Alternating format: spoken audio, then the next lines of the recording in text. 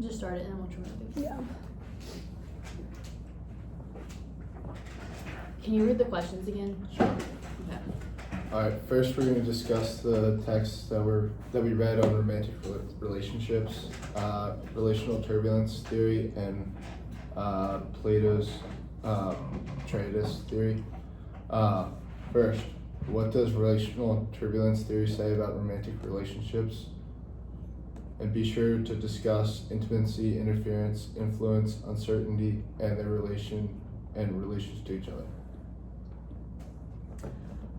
So the relational turbulence theory is obviously contains about intimacy, interference, influence, and uncertainty. And this was a reading done by Knobloch and Solomon's relational turbulence theory, which explains why romantic relationships often feel emotionally intense and unstable sometimes.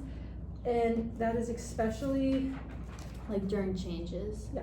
It's kind of what I wrote, like that it's romantic relationships will experience like a time of instability, or like in terms of this theory, like turbulence, but it's always during a time of change. Like you and your partner like have built like this foundation, so maybe you're more like casual and then you move to like more of a serious commitment, or there's some life change in one person's life that affects the other. That's kind of what it's saying. And it just happens because the partners are like working together to adjust to the new roles and like what's expected from them in the relationship. Yeah, I kind of have like the roundabout, like the same thing. Rational turbulence theory like says like romantic relationships can be very bumpy, especially when people are still trying to figure things out and like defining their role to commitment, how to commit to each other. And yeah, that's kind of what I have for that. Yeah, I wrote down for like a definition for turbulence, like periods of heightened emotional intensity, miscommunication, and instability when partners' routines or expectations are changing. And I feel like that can like change depending on like what's going on, like what you guys were saying, like what's going on in someone's life, and like people who are close to them, like how they can react to like different changes to people's lives. Yeah, I have an example for like how like partners influence each other. And like for example, like when partners start to like influence each other's decisions, like how they spend their time, it can cause tension and also bring them closer at the same time. Uncertainty about feelings or the future can make people act like weird or overthink things, which also can create like a little bit of a bumpy path between the relationship. And then like within this, like it asks us to discuss like intimacy, influence, uncertainty, all of that, because these are all like specific things within a relationship that are affected when it comes to the turbulence theory. So like in terms of intimacy first, we kind of read about and learned that intimacy decreases when a partner feels less secure and like really open, and then once someone feels more secure in their relationship and like you've handled the changes or whatever went on together, like that's when intimacy goes back up. So it's like when you're in a time of trouble, like in the turbulence theory, then intimacy goes down. Yeah, I mean, from her reading Uncertainty Reduction Theory, she talks about how there's uncertainty and lack of predictability of self. And within this uncertainty, the author categorized it into 3 different kinds. There's uncertainty of self, partner, and relationship. With this, the author kind of explores the idea that uncertainty, which also can be known as anxiety, asks the questions of why we get anxious when meeting new people and why we get anxious when relationships progress. And this just goes back to the uncertainty part. In her writing, she states that research suggests that individuals are more effective communicators when they plan in ways that are specific, measurable, and mindful of their partner's possible responses. And so what the author is suggesting with this statement is that simple, effective communication can clear these problems and manage the uncertainty of relationships. And while this is a simple suggestion, it can also have the biggest impact in helping reducing uncertainty and like anxiety for individuals and relationships. Yeah, and another like section it gave us to focus on was interference. So like an example of interference within a relationship is like being in a relationship means you kind of live your life together. So when one partner's like daily schedule or something like interferes with yours, Like, for example, say a partner stays up late, their habit is to stay up late, and it interferes with the other partner's sleep schedule. Like, frustration can grow because of that, and this just like overview, like interference and interfering with your other like partner's like life, it can increase stress and conflict and just create some havoc within the relationship.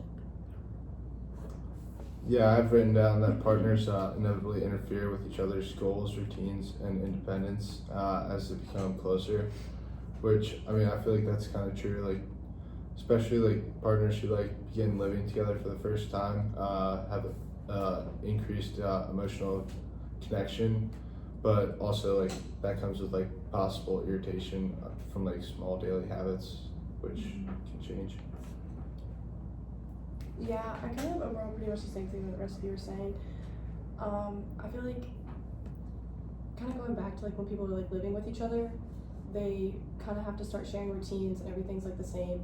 So I feel like if you constantly around the same person at, like every day, every second of the day, it kind of just can cause like a little bit of turbulence within the relationship. And then like the last one to talk about, I think we talked about it a little bit, but influence that your partner plays on you in your life. So obviously like your partner has the effect to influence your thoughts, your emotions, your behaviors, all of that. And so this like overall just amplifies emotional reactions within the relationship. So like because of this influence and together as like a couple, it can create turbulence and the emotions can be amplified in a negative way. And so when this is done, this can also temporarily lower intimacy when turbulence is created through influence.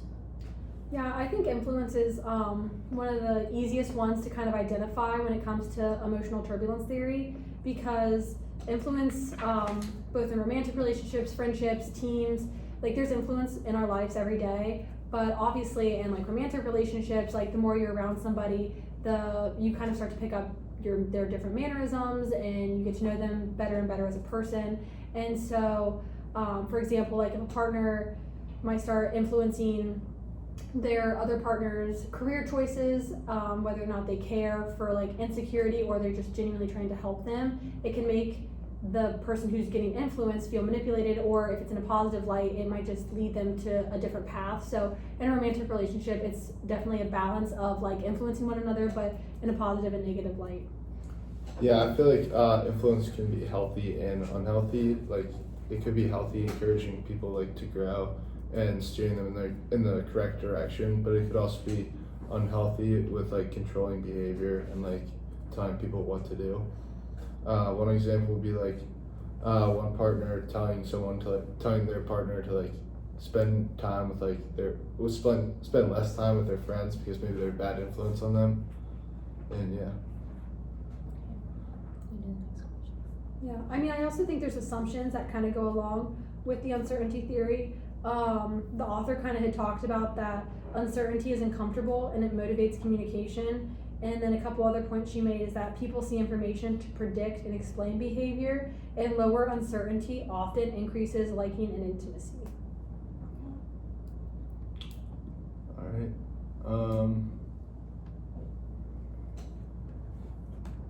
What does Plato say about romantic love in the Treatise?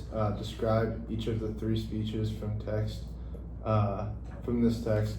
What does Plato mean when he calls love divine madness? Describe what divine madness would mean / look like in everyday language. Does Plato present a compelling view of romantic love? Okay, so the first question, like, what does Plato say about romantic love? We can just start with that. Ultimately, what does he say?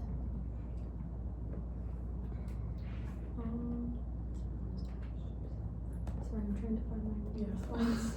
Because he explores romantic love through the three speeches that it told us to focus on. And he moves, in these speeches, he moves from skepticism to like admiring love. And you kind of see that as the speeches progress. So. Yeah, one thing I noticed throughout the reading is that Plato doesn't see love as like merely emotion or physical. He sees that as something that can like evaluate the soul towards like the truth and like the actual like feeling between people. And in the first speech, he says love is irrational and harmful, and one should favor non-lovers and people who don't actually fall in love. And this is kind of when we talked about in class, like today's like friends with benefit or being in an actual relationship. And for the first one, it kind of said that falling in love is stupid and worthless. And then in the second speech, Socrates' first speech, it repeats and expands this critique and just like clouds the like judgment, like, and they judge love a lot throughout this speech. Yeah, I mean, a couple weeks ago when we read the Symposium and the Phaedrus, it was a comparison between these two dialogues that explored love, which is also known as Eros, and it explored love from two different perspectives.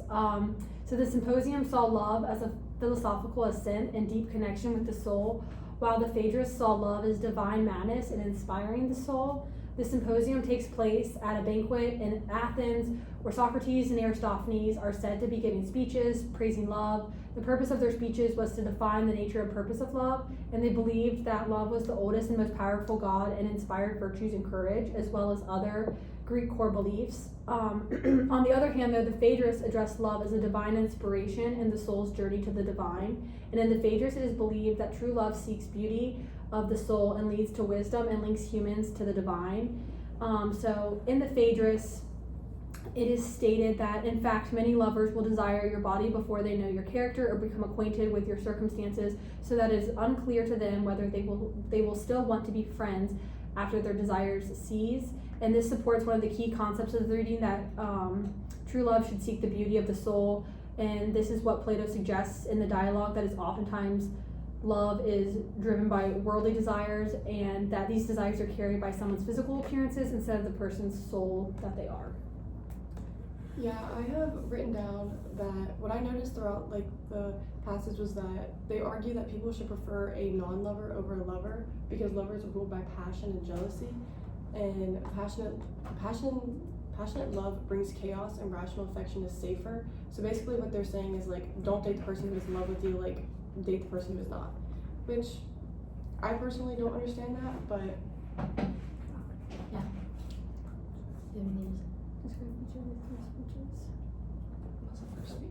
kind of already touched on the first two. Yeah. You guys want to add to that? Yeah, one example from the first speech I found was like a soldier fighting to protect someone they love will fight like more fiercely than one who's just fighting to protect like their money or their possessions, which I kind of thought was interesting because like just how love can inspire like courage and yeah. I want to move to the second speech. The Symposium. The Socrates' first speech, I kind of talked about how at first he like describes love as a kind of irrational desire that leads to foolishness and destructive behavior. In this speech, they kind of reiterate the idea that true love is not smart and not a good idea, and that love is pointless. Yeah, I have saying that like love is kind of like a madness feeling that kind of like overwhelms like people and like kind of can make them have like foolish decisions and even destructive choices. He also describes disease of the soul, I think, if I remember that correctly, where desire enslaves reason that leads to shameful behavior. So Yeah, I have from second speech, first speech, that love is a kind of irrational passion or disease. Lovers lose control of reason and make foolish decisions over wisdom, or like instead of like using wisdom. And the lover seeks passion of the beloved, not their true person that they are like within inside themselves. Yeah, I mean overall, both dialogues kind of just explored love from different perspectives, whereas like the Symposium sees it love as a philosophical kind of viewpoint with like the ascent of the soul. The Phaedrus kind of saw love as divine madness and inspiring the soul, which was more connected to like the worldly desires aspect of it all. And kind of like the takeaways from it was that eros, so love, links both humans to the divine, which is like the soul, and that true love seeks beauty of the soul, not the body. And at the end of the day, Socrates kind of represented philosophical love of truth itself. Yeah, I will say Socrates did say that he did feel guilty about saying like love is a disease of the soul, and then he did realize that it offended the God of love as portraying love as purely negative, and he stops mid-conversation to correct himself. So like overall, I do remember him saying that like yes, love is madness, but maybe I was wrong to say it's only madness. And then kind of moving to the third speech, it reverses the view that, like you were talking about, the portraying love as divine madness. Like it's a gift from the gods that lifts the soul like towards truth, beauty, the divine, and it's just like something that is like, he flips his point and says that love is necessary, something that is needed, and he kind of like squashes the idea that love is divine madness. So. And then like, yeah, do you guys have anything else to say? And then like, we keep talking about like how he says love is divine madness, and like the next part of the question asks what he means by this. It's like when Plato does say divine madness, what he means is that, I know you talked about this kind of, but like love is a inspired God sent feeling, and it's ultimately the reason that like helps the soul remember perfect beauty, and like it's just like kind of the basis and meaning to everything in life. Yeah, And it like makes you mad. I have divine madness like written down as like being moved by love that you lose control, but like in a good way. It pushes you towards the truth and wisdom, and I kind of feel like Plato and Socrates both saw that too. Yeah, I've written down something similar, like the madness part of divine madness is of love is what allows humans to transcend ordinary desire and reach truth and virtue, which like when you have divine love or divine madness, it like kind of like opens you up to like the truth, and more, you have like more wisdom after. Yeah. Back to The next part, describe. describe what love as divine madness would mean / look like in everyday language. So we just like described what he means when he describes it as that, but now it's like, what would it look like? I mean, I think kind of what he ends up saying, Socrates says about love, I think in everyday language, I think this could look like being more selfless and giving, because he talks about like divine madness and like how love will drive us to madness. So I think by acting more selflessly and more giving, what we also talked about in class is, can you give 100% selflessly is another argument. But I think, however, if you can give more selflessly and strive for something higher, I think that can stop you from being driven to madness in love. So I think that's a way that we can kind of show that in everyday life. I think that a way that this would be shown in everyday life is simply just like love bombing. Like, we talked about this in class too, like some people don't see that as a bad thing, some people see it as a bad thing, but I think just viewing love as something that drives you mad would be shown as like love bombing, because it's like putting all your energy into one person and one thing, and that you're just inspired to become a better version of yourself, even if it feels irrational or overwhelming, that like no matter what, you're gonna work to do everything you can for just this one person and this one relationship. Kind of pretty much what you said. Like, people say like they're so crazy in love, but like in a good way. It's not like a destructive like obsession, but kind of like a passion that makes you want to become a better you and like a better self for your partner, so you guys can work things out and be a happy life. Mm-hmm. So, show me, let's see. I think that's it, right? The question. Like, did you have anything to add to that? No, I don't have anything to add. That was pretty good. Okay. And the last part is, does Plato present a compelling view of romantic love? What do you guys think?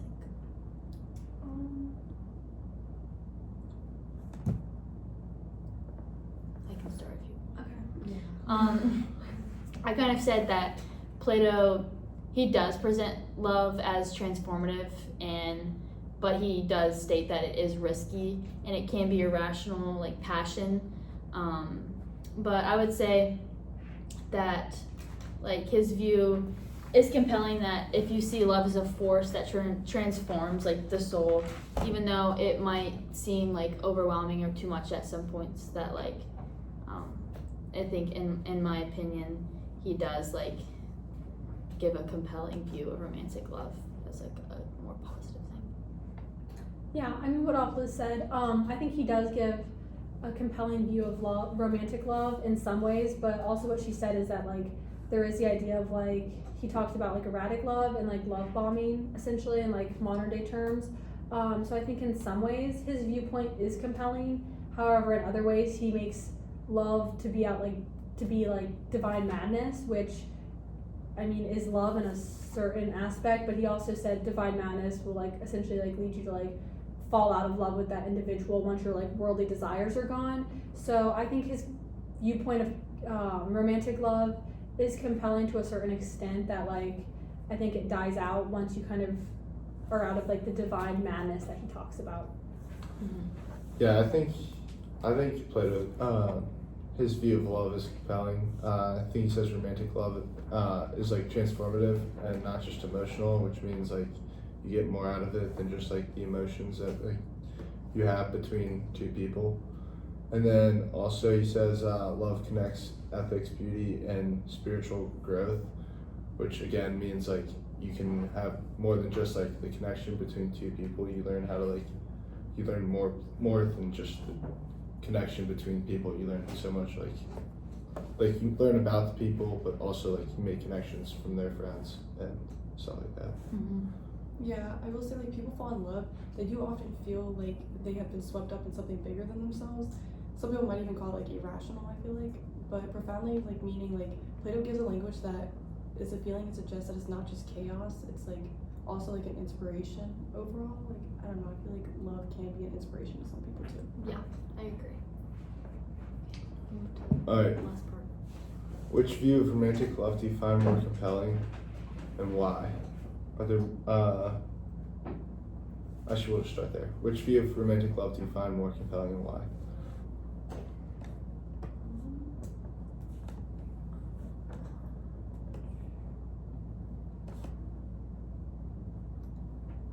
I was gonna say that I find the relational turbulence theory more compelling.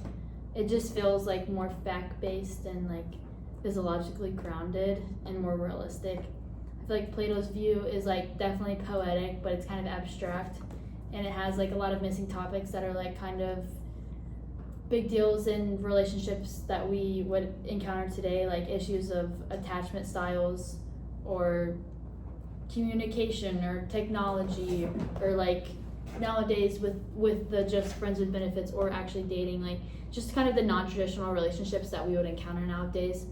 I feel like that his has like a lot of gaps that don't really address those kind of things just because it is more outdated.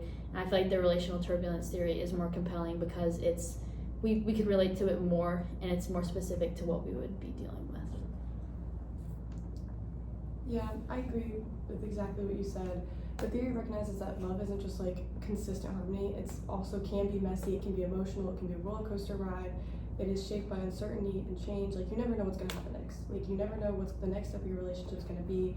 And they explain why relationships often feel unstable during different transitions or like big steps, like moving in with each other or even more. And I feel like it's just kind of like gives off more like I don't know. It's just Yeah. I think in the relationship turbulence theory, the author kind of explains like the ups and downs, and it kind of like takes you like on the path of like what you might experience while you're like in a romantic relationship, and it kind of gives you like different things that like tools, I guess you could say, that you can like use to like work on your romantic relationship and kind of like help reduce that uncertainty. Whereas Plato's Phaedrus and Symposium, he kind of views love as like a chaos, and it's kind of like not settled, which like I feel like in a romantic relationship you want like a settled kind of love, whereas Plato kind of makes it to be a very like chaotic, kind of erratic, unpredictable love.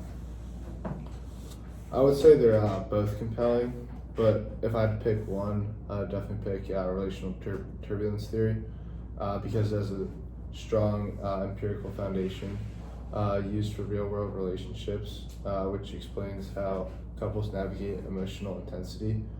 But I also feel like together they are like both like combined compelling because Plato like gives meaning to madness, and relational turbulence theory explains like how to manage that madness. And yeah. I also feel like the rational turbulence theory is also just realistic about how relationships actually work, because no relationship is perfect. No one's gonna be walking on water in a relationship. Yeah. I kind of touched on this at the beginning on accident, like, but in the next part it says, are there any topics related to romantic relationships that these theories do not fully cover that you would like to explore? I feel like with how complex relationships have become, like, there's definitely like ins and outs that aren't addressed in either of these. So I was just gonna like kind of see what you guys had to say for that. Like, I know I said like attachment styles or like communication, and then we talked about like the role. I feel like we could dive deep into like the role technology plays in relationships. It wasn't really addressed on either of those. Yeah. And like the way that like we like how difficult long distance relationships can be, but the fact that like because of technology, like they can last, and that's something you can actually do in this day and age. And like these theories don't really address that because it is something that is new and specific to our generation, and that's something that we're kind of having to figure out and navigate on our own. Yeah, I mean, I think that like modern day relationships are super different from before we had like the technology that we have today, both for like long distance relationships. But I also think as a society and as a world today, there's a lot of more like intercultural relationships, whereas 100 plus years ago, like it was very stereotypical, I guess you could say. So I think cultures are a lot more like intermingled, and there's a lot more romantic relationships that kind of mix cultures. And I think technology can also play an influence with that as well, because it can kind of break down like the stereotypes and the boundaries. I think in terms of long-term relationships, I think that they've become even more complex, but with the role of technology, we're able to communicate every day, 24/7 if we want. We're able to see somebody's face. And I think that like the relational turbulence theory kind of can help like see these different like aspects of how technology can help in relationships.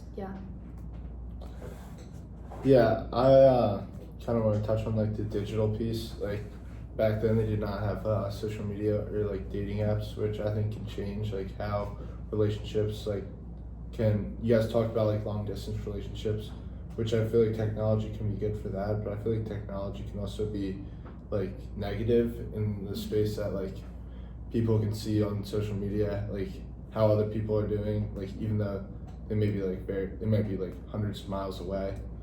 And I feel like that could be good or bad. Like you're always in touch with someone, but that can also be a bad thing. Yeah. I feel like technology is a really 50-50 thing in a relationship. I feel like it can either be good or bad. For long distance, it is good because like you have FaceTime, you can call all the time, that's good. But I also feel like when it comes to like social media part of like electronics, I feel like that kind of is when it throws in like a relationship kind of just gets thrown for like a whirlwind a little bit. Yeah, I totally agree.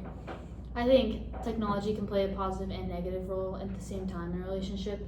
It's just something you have to be careful like navigating together, because I don't know, people can make it into like such a big deal, and like I don't know, I feel like I've seen it like kind of tear apart relationships at some point, and like we've created such like a big reliance on social media that like if you're away from your partner, you don't hear from them from a certain amount of time, like we've just created such like a negative stigma around like having to constantly be like glued to your phones and stuff.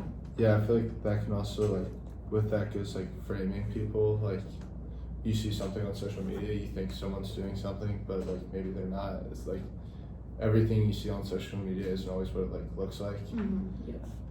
Things can be taken out of proportion. Yeah. Do you I totally guys agree. do you guys think that like the development and like use of social media, obviously with like Snapchat, Instagram, TikTok, like has kind of made relationships like more complex, or no? I think it's become Yeah. more complex for sure. Yeah, I do.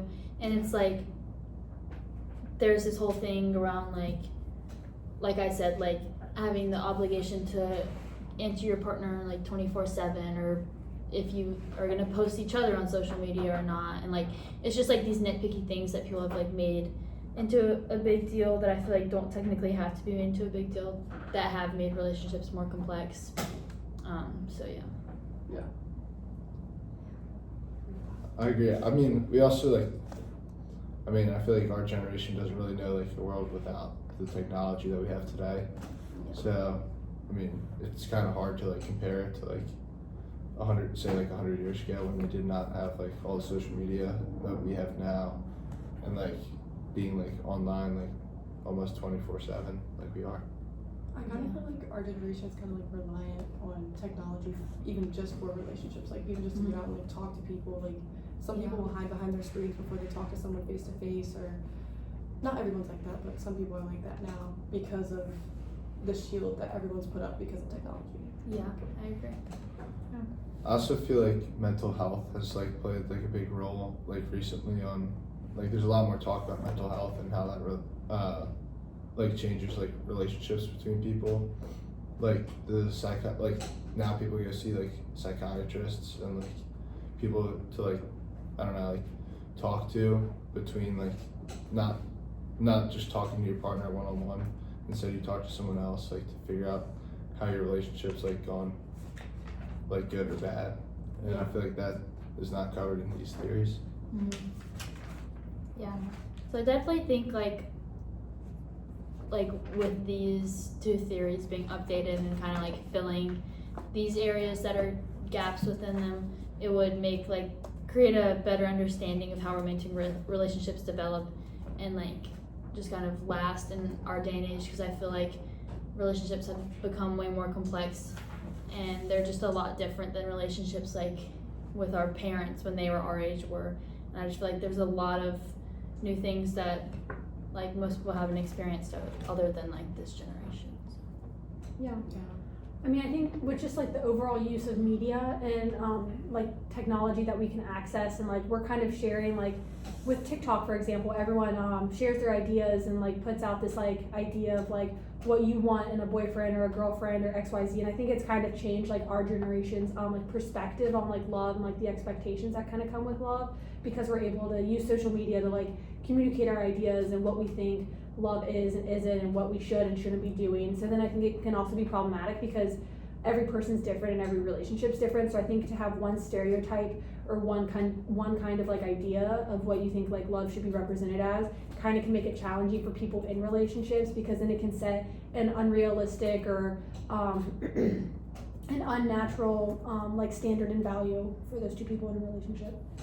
Yeah, I was gonna say something similar. Like, you see people like couples on social media like posting, and you like start to compare yourself to like yourself and like maybe your partner to other people on social media, and you start like thinking like, are we like where are our relationships at? And like, I feel like that's just not like a good way to like compare. Like it's not good to compare relationships because everybody's different, and like they have like everybody has a different way of like communicating between their partner. Yeah, I totally agree that, like we said, like relationships can be created like through social media. Like people might think you're in a really happy and healthy relationship and you're actually not, and like it can just completely create a false idea with how happy you actually are. And that's definitely something I've experienced like through my past relationships, and also like seeing other people like that I know their relationships, like how they're viewed through social media. Like you kind of know that's not actually how they are. So yeah, I feel like it's very easy to like hide behind, especially like hide behind like a tough relationship, even if it's just like through your phone or something like that. You never know what's really going on behind closed doors between someone, and I guess kind of like separating myself from that really quickly. Trying to like combine like the divine madness that Socrates was saying, and kind of like joining like the emotional rush that people get, because he did say that the divine madness isn't like, he described it as an emotional rush of like many different types of feelings, and I feel like people get that when like versus like when you're talking to somebody like on the phone, like when you're in person, those are completely two different feelings, and you kind of get a different emotional rush for each one of those types. Yeah. If you have anything else to add. I think another topic that's related to romantic relationships that these series don't cover is kind of gender roles, which again can kind of closely tied to media. But I think with the like change in society, especially over the most recent century, like gender roles and power dynamics have also changed, where like women have gotten a lot more rights and they have a lot more power, which I think has also kind of like changed the relationship dynamic like overall. I mean, do you guys have anything to kind of say or suggest with that topic? Like gender roles. Yeah, like gender roles in romantic relationships, because I mean Plato didn't really talk about it, and it wasn't really talked about in the relational turbulence theory. I think that they've definitely changed. More like non up to date things. It would definitely, the gap between like what men and what women do in relationships is very different, and now like today's day and age, like I feel like you kind of both play the same role, and it's not as much like gender related stuff, but it's more just like your partners, and you both kind of are expected to do the same things.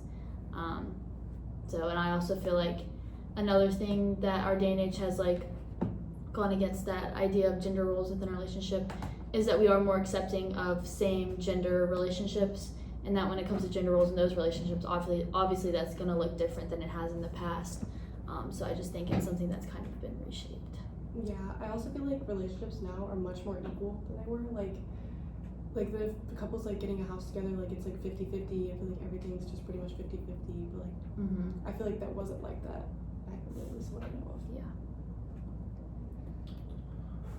Yeah. Another thing that I feel like they didn't talk about much was the role of like the society on a relationship, like a work-life balance, like economic like stresses that like can force people to like, I don't know, have to communicate, and that'll change their relationship, and society norms, we did kind of talk on that, and family expectations too. Yeah. I think one last thing I'll add is with the relationship within technology. I also talked about like attachment and like attachment styles, and I feel like when you think about like having an attachment to your partner, it's like you constantly need to be around them, like you're attached to them, you don't know how to like live without them. And I feel like that we've made that idea more complex too with the idea of technology, because not only are you attached to them in a physical way and like them as a person, but you're also attached to them like through the phone, and a technology standpoint, like, oh my gosh, like they haven't texted me back in 20 minutes, like what's wrong? It's like we've like added another extra layer to the idea of attachment, and you're attached to them in way more forms than it used to be. Yeah, I think it's just made the complexity of attachment, and kind of overall with the use of media and the change in society, the complexity overall, I think, of relationships and attachment have definitely been more heightened, and there's more, like what Liz said, like layers that have been added that can cause like that anxiety or stress with the uncertainty. I think we're good. Yeah. Thank you.